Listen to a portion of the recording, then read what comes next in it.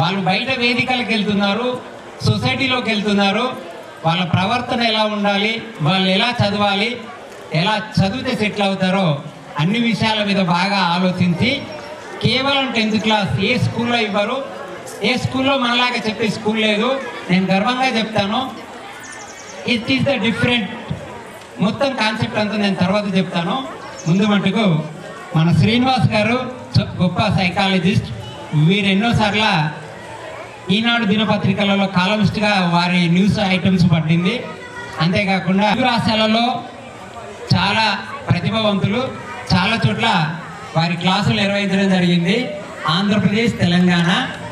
వీరి సొంత ఊరు మల్లాపూర్ మండలే అయినా ప్రస్తుతం వారు ఉంటుంది ఖమ్మంలో. ఎందుకంటే ఖమ్మం అనేది ఆంధ్రాకు దగ్గర ఉంటుంది, తెలంగాణకు దగ్గర ఉంటుంది కాబట్టి ఖమ్మంలో ఉంటున్నారు. అంతేకాకుండా వీరు మన రాష్ట్రాలనే కాకుండా విదేశాలలో కూడా రీసెంట్లీగా మలేషియాలో ఒక యూనివర్సిటీలో కూడా వారి క్లాస్ ఇవ్వడం జరిగింది. సో వారి గురించి నేను చెప్పడానికంటే వారి క్లాస్ మనం ఇప్పుడు ఇందాం. Thank you sir. ఎంత ఓపికగా ఉన్న తల్లిదండ్రులందరికీ మా స్కూల్ తరఫున ప్రత్యేక ధన్యవాదాలు. ఈ కార్యక్రమం ఎందుకు పెట్టాము అంటే మీరు నేర్చుకుంటే ఒక కుటుంబం బాగుపడుతుంది. కుటుంబం అంటే మనం ఆస్తులు సంపాదించడం కాదండి, మన పిల్లలు సంపాదన పరులు అవడమే అని బలంగా నమ్ముతాను నేను 10వ తరగతి పిల్లలకు ఒకటే చెప్తాను, 6 ఏళ్ళు కష్టపడండి, 60 ఏళ్ళు సుఖంగా ఉండండి. తల్లిదండ్రులకు కూడా ప్రత్యేకంగా మీరు నమ్ముతారో లేదా కానీ 10వ తరగతి పేరెంట్స్కు పోయిన సంవత్సరం దాదాపు 6 సార్లు పిలిపించుంటాను. అవునా కాదా మీరే చెప్పండి. తల్లిదండ్రులు ఉన్నారు కదా ఇక్కడ, 6 సార్లలో వాళ్ళతో ఇంటరాక్ట్ చేసి తల్లిదండ్రులకు మేము చెప్పేది అంటే మీరు ఆస్తులు సంపాదించడం కాదు, పిల్లలు ఆస్తులు సంపాదించుకునేలాగా చేయండి, వాళ్ళ ఖర్చుతో వాళ్ళు అనుభవించేలాగా చేయండి అని వాళ్ళని ఎంకరేజ్ చేస్తుంటాం. అలా మన పేరెంట్స్ అందరూ ఉండాలనే ఈ కార్యక్రమాన్ని ఇక్కడ పెట్టించడం యొక్క ప్రధాన ఉద్దేశం. ధన్యవాదాలు. ఈరోజు ఇక్కడ జరుగుతున్న first children and parents orientation. యూకేజీకి గ్రాడ్యుయేషన్ ఎందుకు చేస్తామంటే వాళ్ళు కేజీ కిండర్ గార్డెన్ నుంచి ఫస్ట్ క్లాస్కి వస్తున్నారు కాబట్టి వాళ్ళకు ఒక గ్రాడ్యుయేషన్ ప్రోగ్రామ్ చేసి ఒక మెమొరీ ఇవ్వాలని ఈ కార్యక్రమాన్ని చేస్తున్నాం. అటు తర్వాత 10th క్లాస్ పిల్లల ఫేర్వెల్ పార్టీ ఉంటుంది. అయితే సారు చాలా చక్కగా చెప్పారు. వారు ఎక్స్పర్టు, వారిలాగా నేను మాట్లాడలేను కానీ నా 30 ఏళ్ళ అనుభవంలో జరిగిన కొన్ని అంశాలు మీ దృష్టికి తెద్దామని చూస్తున్నాను. నాకు ఓన్ ఎక్స్పీరియన్స్, ఏది వాడితే ఎలా ఉంటుంది అనేది నాకు తెలిసిన కొన్ని అంశాలు. చాలా వరకు మనందరం చూస్తుంటాం, డాక్టర్ పిల్లలు డాక్టర్లే అవుతారు. ఎందుకు? ఇన్స్పిరేషన్. పెరిగే క్రమంలో వాళ్ళు తల్లిదండ్రులు చూస్తారు, తల్లిదండ్రులు కూడా పిల్లలకు డాక్టర్ కోట్ వేస్తారు, స్టెథోస్కోప్ వేస్తారు, ఫోటోలు తీస్తారు. వాళ్ళ లోపల ఇన్స్పిరేషన్ 24 గంటలు ఒక డాక్టర్ గురించి వాళ్ళు నింపగలుగుతున్నారు. మరి మనం కూడా మన పిల్లల కొరకు ఏ రంగంలో అయితే పిల్లాడు బాగుంటాడు అనుకున్నామో ఆ రంగం యొక్క గొప్ప గొప్ప వ్యక్తుల్ని సేకరించండి. వీలైతే మనకెవరన్నా దగ్గర ఉంటే వాళ్ళ ఆఫీస్కి తీసుకెళ్ళి 8th, 9th, 10th క్లాస్లో వాళ్ళతో మాట్లాడించండి. ఆ ఇన్స్పిరేషన్ బాగా పనిచేస్తుంది. ఇది నా ఓన్ ఎక్స్పీరియన్స్. సెకండ్, రెండవ అంశం చెప్తాను. నేను కూడా ఒక మామూలు టీచర్నే. కొరుట్లాలో టీచింగ్ చేస్తున్నప్పుడు కొరుట్ల సి ఉమామహేశ్వర శర్మ అని ఉండే సార్ మా ఇంటికి హోమ్ ట్యూషన్కి రమ్మన్నారు. పోలీస్ స్టేషన్ వెళ్ళాను. హోమ్ ట్యూషన్ వెళ్తున్న క్రమంలో వాళ్ళ అబ్బాయికి, వాళ్ళు బ్రాహ్మిన్స్, వాళ్ళ అబ్బాయికి నయనం చేశారు. నయనం అంటే బ్రాహ్మిన్స్లో జంజనం వేస్తుంటారు. నేను సైకిల్ మీద వెళ్ళాను. వెళ్ళి అక్కడ గోడ దగ్గర నిల్చున్నాను. టౌన్లో విఐపీలు అందరూ వచ్చారు, పెద్ద పెద్ద వాళ్ళు కార్లలో వచ్చారు. చాలా పెద్ద ప్రోగ్రాం. ఎంత పెద్ద ప్రోగ్రాం అంటే దీనికంటే 4 ఇంతలు పెద్ద స్టేజ్ వేశారు. మంచి భోజనాలు ఏర్పాటు చేశారు. సారు స్టేజ్ మీద వచ్చారు. ఆ అబ్బాయికి నయనమైన తర్వాత బొట్టు పెట్టి తల్లిదండ్రులు అక్షింతలేసి ఆశీర్వాదం తీసుకోమన్నారు. తీసుకున్నారు. రెండోసారి వాళ్ళ గ్రాండ్ పేరెంట్స్ని పిలిపించారు. నానమ్మ తాతయ్యలను పిలిపించి అక్షింతలేసి కాలు మొక్కించారు. మూడవసారి ఎవరో తెలియని నన్ను రవీందర్ సార్ రండి అని స్టేజ్ మీదకి పిలిచి ఆయన అక్షంతలు నాకు ఇచ్చి అబ్బాయి చేత కాలు మొక్కించి ఆశీర్వాదం తీసుకోమని చెప్పాడు. ఇది నేను చెప్పట్లేదు, ఒక్క తండ్రి పిల్లాడికి నేర్పుతున్న క్రమశిక్షణ అది.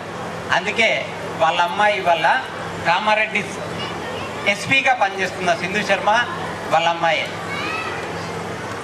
అంటే తల్లిదండ్రులు మాత్రమే వాళ్ళ పిల్లలకు నేర్పవచ్చు. నా జీవితంలో నేను నేర్చుకున్న పాఠం ఆయన నుంచి ఇది. అప్పుడప్పుడు కనీసం జన్మదిన బర్త్డేలకైనా మీ పిల్లల్ని బర్త్డేలకు పంపించేటప్పుడు క్లాస్ టీచర్ కాళ్ళైనా మొక్కుమనండి. ఎవరి ఆశీర్వాదం ఎలా ఉంటుందో తెలియదు, గొప్పవాళ్ళు కావచ్చు. ఇందాక సార్ చెప్పారు చూసి నేర్చుకుంటారు, పిల్లలు చెప్తే వినరని. ప్రపంచంలో అందరూ కోరుకునేది ఎడ్యుకేషన్ అనేది చేపిస్తే ఒక దేశంలో ఏం చేయాలనుకుంటాం. ఫిన్లాండ్ అనేది చాలా చిన్న దేశం. వరల్డ్ మ్యాప్లో చూస్తే సూది అంతా కూడా ఉండదు, చాలా చిన్న దేశం. అక్కడ ఉన్నంత ఎడ్యుకేషన్ ఎక్కడ ఉండదు. నేను రీసెంట్లీగా ఒక ఆర్టికల్ చదివాను. ఒక ఇండియన్ ఫిన్లాండ్ దేశం వెళ్ళి అక్కడ పనిచేస్తుంటే బైక్ మీద వెళ్తుంటే సిగ్నల్ పడింది, ఆగిపోయిండు. పక్కన ఇంకొకతను ఫిన్లాండ్ అతను ఆగిపోయిండు. అయితే సిగ్నల్ పడింది కానీ ఎక్కడ వెహికల్ లేదు.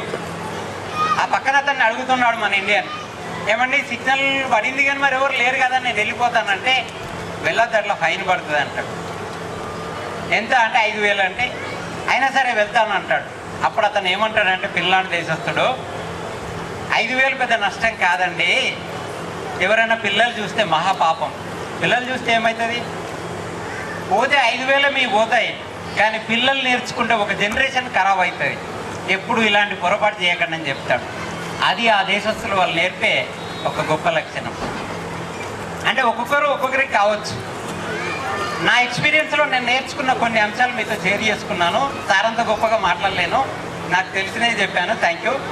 ఈ కార్యక్రమం తర్వాత గ్రాడ్యుయేషన్ డే ఉంటుంది, తర్వాత ఫేర్వెల్ పార్టీ గురించి మాట్లాడాలి అంటే చాలా మాట్లాడాలి. ఈ బ్యాచ్లో నిజంగా 23 మంది పిల్లలు, 23 మంది కూడా చాలా అప్గ్రేడ్ అయ్యారు, గ్రాండ్ సక్సెస్గా అయ్యారు. ప్రతి పేరెంట్ గుండె మీద ఇవాళ హాయిగా ఉన్నాడు, మా అమ్మాయి పాస్ అవుతుంది, అబ్బాయి పాస్ అవుతుందని.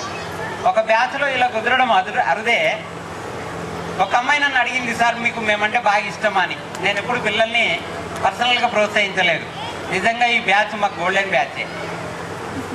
ఎందుకు అంటున్నానంటే ఈ బ్యాచ్లో కష్టపడకుండా ఏది రాదు అని నేను చెప్తుంటాను, కానీ నిజంగా చెప్తున్నాను, మిస్మీలో 10వ తరగతి చదివించాలంటే పేరెంట్కు గుండె ధైర్యం ఉండాలి.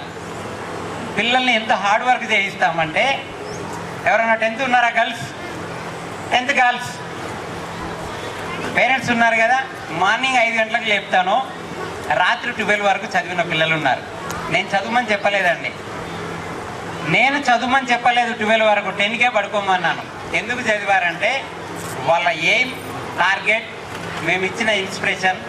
సార్ లాంటి వ్యక్తులు చదివితే ఏమవుతుంది, ఎలా ఉంటుంది ఫ్యూచర్ అనేది ఇచ్చిన ఒక గొప్ప ఇన్స్పిరేషనే ఆ పిల్లలు చదవడానికి కారణం. వాళ్ళు చదవడం అంటే మామూలు కాదు, నిజంగా చెప్తున్నాను. రిజల్ట్ వస్తే 580 మార్కులు వచ్చే పిల్లలు ఉన్నారు. 580 అంటే నాటే జోక్స్, 600కు చాలా గొప్ప విషయం అది. అందుకే అంటాను, నేను 10వ తరగతి కంప్లీట్గా డిఫరెంట్ స్కూల్, ఆర్మూర్ డివిజన్లోనే కానీ జిల్లాలో ఎవరు లేరు. ప్రొద్దున 7 గంటల నుంచి రాత్రి 7 గంటల వరకు క్లాస్ కండక్ట్ చేస్తాం. మిగతా పిల్లలకి కానీ మిగతా పేరెంట్కి కానీ సంబంధం లేకుండా ముందు పిల్లల్ని దూరంగా ఉంచుతాను. జూన్లో పేరెంట్ మీటింగ్ పెట్టి వార్నింగ్ ఇస్తాను, మీకు నచ్చితే స్కూల్లో ఉంచండి, పనిష్మెంట్ కూడా ఇస్తాను, మీకేమైనా ఇబ్బంది అయితే తీసుకెళ్ళనని చెప్తాను. అలా 7 నుంచి 7 గంటల వరకు క్లాస్ని ఎందుకు కంట్రోల్లో ఉంచుకుంటానంటే పిల్లలకు బయట దోస్తులు ఉండకూడదు అని.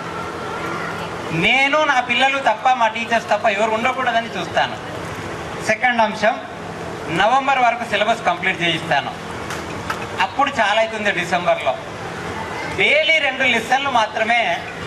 ఏ స్కూల్ వాళ్ళకైనా తెలుసో లేదో కానీ దాదాపు 172-73 లెసన్లని, డైలీ 2 లెసన్లని 75 రోజుల ప్లానింగ్ తోటి ఎగ్జామ్స్ కండక్ట్ చేస్తాను.